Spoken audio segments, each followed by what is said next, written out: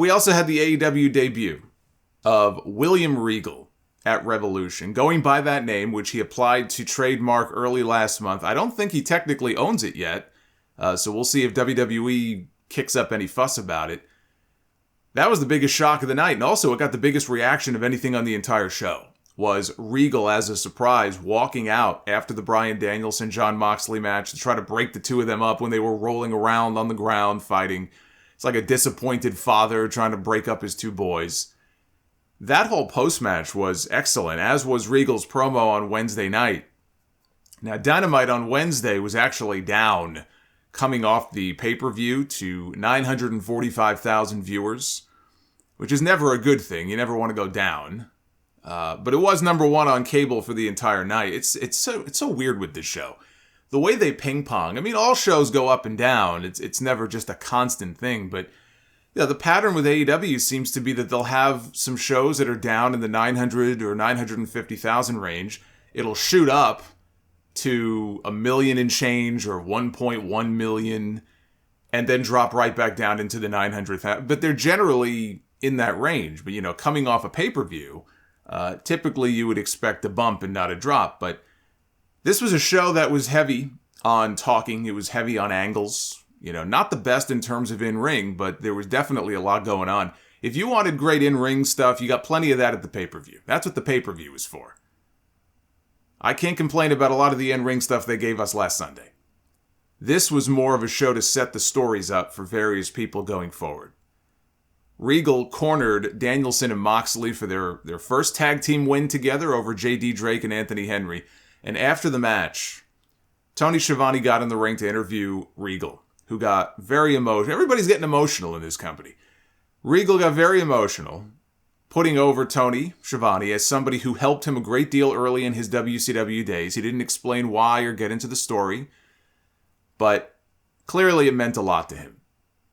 And he admitted that, in his words, he is not long for this world. With all of the abuse that he's put himself through over the years, lots of empty bottles, he said, probably of both the alcoholic and pharmaceutical varieties. This caused Dave Meltzer to speculate in The Observer that Regal's health issues at this stage are far more serious than have ever come out. And it's not even...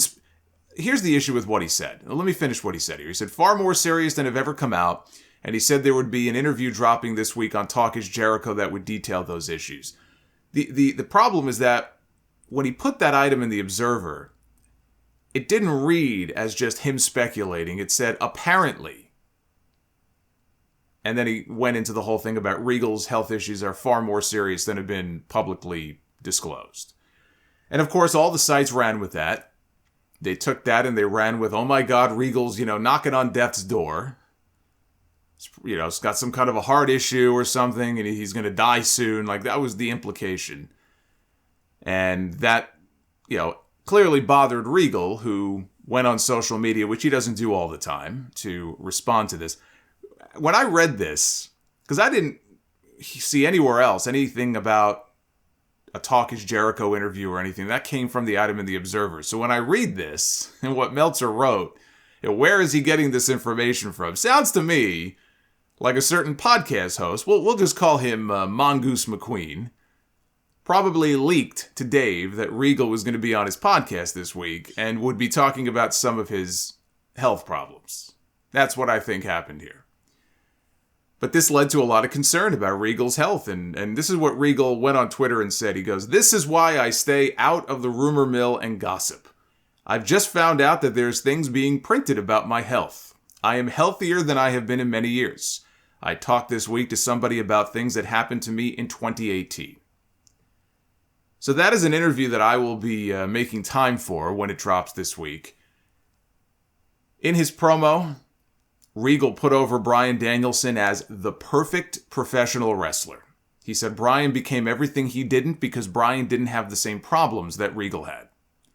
And then he talked about his past issues with Jon Moxley. Yeah, that's back when they briefly feuded in FCW, and how he's taken the perfect pro wrestler and he's put him together with the most sadistic. It was the best segment on the entire show. And it did feel like it went way longer than most of these types of promo segments do in AEW. And it did go long, which forced other segments to be rushed. When Regal found out about this, he took to Twitter, yet again, to apologize. Actually, he tweeted this before he did the other thing, but he said, "This is a professional note from me as I have no other form of social media, and I would rather my new colleagues see this as I don't like gossip. I'm very sorry to everybody affected by my time issues last night. I apologize to everyone personally affected. I should be showing people by example and being a pro and hitting my times."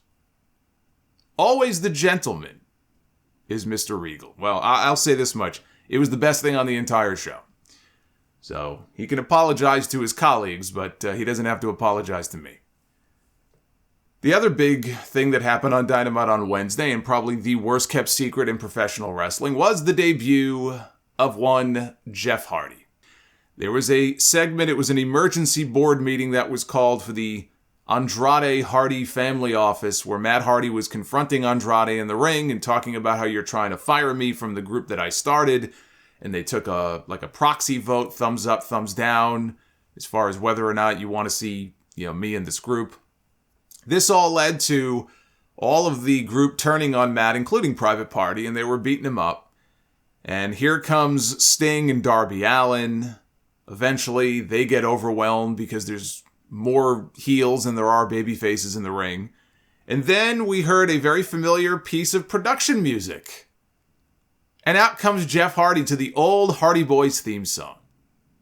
But not before taking a moment to dance on his way to the ring.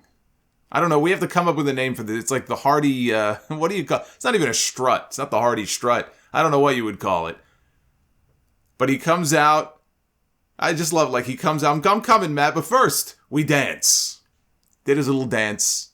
And then darted down to the ring to make the save. Matt dropped the blade with the twist of fate before Jeff hit the Swanton bomb. So the Hardys, or Hardy brothers, apparently they're no longer the Hardy Boys. If you look at their Titantron, I still call it Titantron. If you look at their video, it says the Hardys. They're not using Hardy Boys, which makes sense. I mean, they're 44 and 47 years old. At that point, I think you cease being boys. Soon the young bucks will become the middle-aged bucks. That's just the way it works. They stood face to face across the ring from Sting and Darby. Very different than the last time Sting and Jeff Hardy shared a ring together. But Hardy and Darby, that's a match that absolutely has to be done at some point. Or you know what? When AEW introduces those trios titles, and they will, I could see Darby Allin and the Hardy Boys holding those belts. But obviously the story to tell here, if you have Matt and Jeff Hardy back together for one last run, every run, by the way, is one last run. It's one last run until they eventually, do their farewell tour on the Indies, and then that's the last run. Or if by chance one day they end up back in WWE, and then that'll be their last run. So this stuff about this being their last run, yeah, okay. But anyway, obviously the story here to tell is them trying to claw their way to the AEW tag team titles. Because they've held tag team gold elsewhere. They've held tag team gold, obviously, in WWE, but they've held it in other places as well. And now they want to add the AEW tag team titles to that list. This is a story that you want to take your time telling. This is not a situation where the Hardys are going to be challenging for the titles, or should be challenging for the titles in Vegas in a couple of months. Take your time. Let them rack up wins. They could work with almost everybody, all the key teams they could work with in this tag team division, until eventually they get that shot. And it'll be a very big deal the day that they do win those tag team titles. That is the story to tell with them. As far as the music, of people going gaga about the music, WWE never owned the music. I thought this was common knowledge, but there were a lot of people who weren't aware of this. I've heard that music on television shows and commercials over the years. That's how I found out. And then I looked it up and I saw that it was listed with all the stock music and production music that WWE more commonly used in the 90s. If you go back to the mid to late 90s, a lot of those promo packages and the build-up videos to big, pay-per-view matches and stuff, even some of the pay-per-view theme songs, those were all production songs. They were part of some kind of catalog that companies could, license that music for various purposes. And so it is kind of surprising that WWE never bothered to kind of lock it down. But apparently Mikey Ruckus, who handles a lot of the AEW entrance music, he is apparently the one who secured the theme for the Hardys to be able to use in AEW. So it was cool, because as soon as the music hit, people went nuts. It would have been different if it was a brand new piece of music. I assume Jeff can't use No More Words, which is really more of his theme. It's not really a Hardys theme anyway, but I assume that's, probably under lock and key with WWE. But as soon as that music hit, everybody went nuts, and it got a big pop.